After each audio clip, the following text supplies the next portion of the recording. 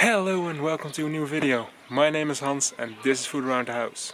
You join me once again on the rooftop garden, and today I'm going to show you how I make my soil mix. Let's go! Right here we've got everything we need for the soil mix. First of all, the perlite. We've got a nice rich organic compost, and we've got our peat moss. And also we've got some water to help with mixing. The soil I'll be making is based on the on Mel's mix from the Square Food Gardening. The only thing I do different is that I use perlite instead of vermiculite. And I do this because vermiculite has the property that it retains water quite well, while perlite's only good for drainage. But I think that the compost and peat moss itself are good enough at retaining water. So therefore, you don't need the vermiculite for retaining water. You can just use perlite, which is very good for getting a nice loose soil and also great drainage and some air in your soil. So therefore, I use perlite. So when making the mix, it's important to use, well, you can alter a bit, but I use just 1/3 of everything and I mix it. You don't necessarily have to do the 1/3 of everything, but it's important to have an equal amount of compost, an equal amount of the peat moss, but you can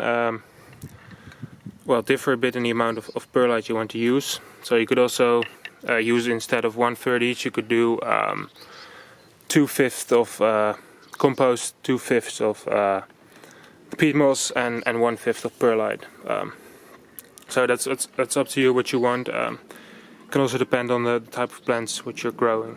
Before we start mixing the soil, it's important to wear a face mask. You might wonder why, but that's because of the perlite. It's really very dusty, and you don't want that in your lungs. So therefore, I would advise you to wear a face mask when working with the perlite. All right, now it's time to mix the soil. I first put in the perlite, and as you can see, a lot of dust coming off of it, and therefore I first add some water to make it less dusty. Alright. Now it's time to put in the compost. There we go. And lastly, the peat moss.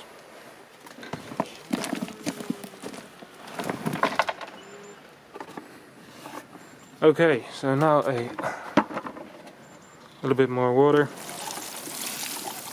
and then it's time to mix. I'm going to need both my hands for mixing, so I'll film afterwards. So the mix is ready now. As you can see, it's nice and loose and very rich in organic matter. If you want to add some other things to the mix as well, you should do that now. You could, for instance, add some blood meal for extra nitrogen, or bone meal for some extra phosphorus. But well, if you use a good rich compost, you probably won't be needing any of that. What may be needed for growing some crops is adding a bit of lime to this mix, because of the peat moss. It's quite acidic. So yeah, if you got crops which need an alkaline soil, you should add some lime. So now it's time to prepare the bed. For my beds, I use these sort of wooden boxes. They're used as protection. They're put on pallets, and so the pallet would be under there and protect the whatever is shipped from damage. But they're also great for making a garden bed. I've got two on top of each other here, as you can see.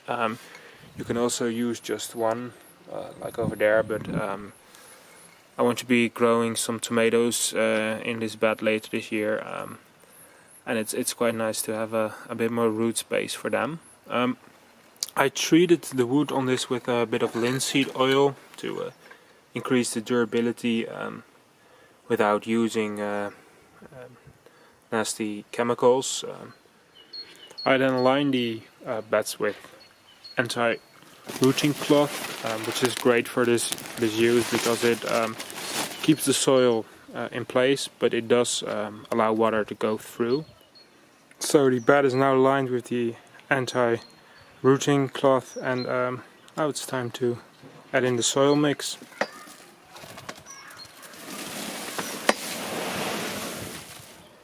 Okay, so that was the first batch of soil, and as you can see, that's not nearly enough to fill the bed, so I'm going to make a few more batches, and then I'll show the end result. So as you can see, the bed is now filled up, and yeah, I'm going to leave it like this for a couple of days to settle down a bit, and then I will sow some turnips in this bed. Okay, so that was it for making the soil mix and preparing the bed. Now a few updates on how things are going around the garden. The first radishes have come up, little sprouts, so that's nice. Probably about 6 or 8 weeks until I've got some nice radishes.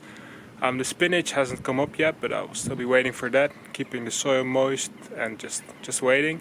The same for the carrots, but that was to be expected because the carrots they germinate. It takes a long time to germinate, so that's okay. Then for the turnip greens, they're doing great. A lot of the turnip green seeds have already sprouted and they're doing fine. Then onto the peas and the field beans. The peas are really doing great. Almost all the seeds have sprouted and they're already little plants, so I'll probably plant them out somewhere this week. And then the field beans are also doing fine, a bit behind the peas, but that's no problem. 1 or 2 more weeks and I'll also plant the field beans outside. So that was it for this video. I hope you enjoyed watching it. If you did, consider subscribing to my channel and leaving a like to this video. If you got any questions or comments, leave a comment down below, and I hope to see you soon in my next video. Bye bye.